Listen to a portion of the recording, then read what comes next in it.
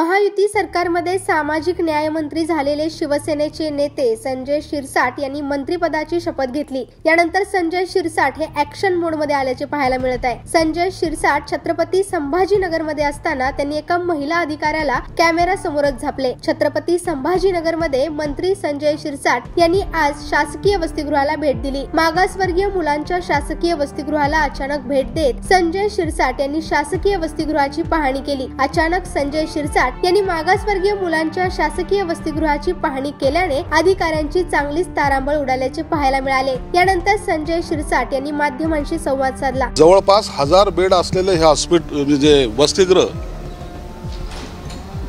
त्याच्या आज बातम्या जेव्हा प्रसिद्ध झालेत मी तातडीने इथे व्हिजिट केली। आता जर पाहिलं तर या ठिकाणी ज्यांच्याकडे हा चार्ज आहे,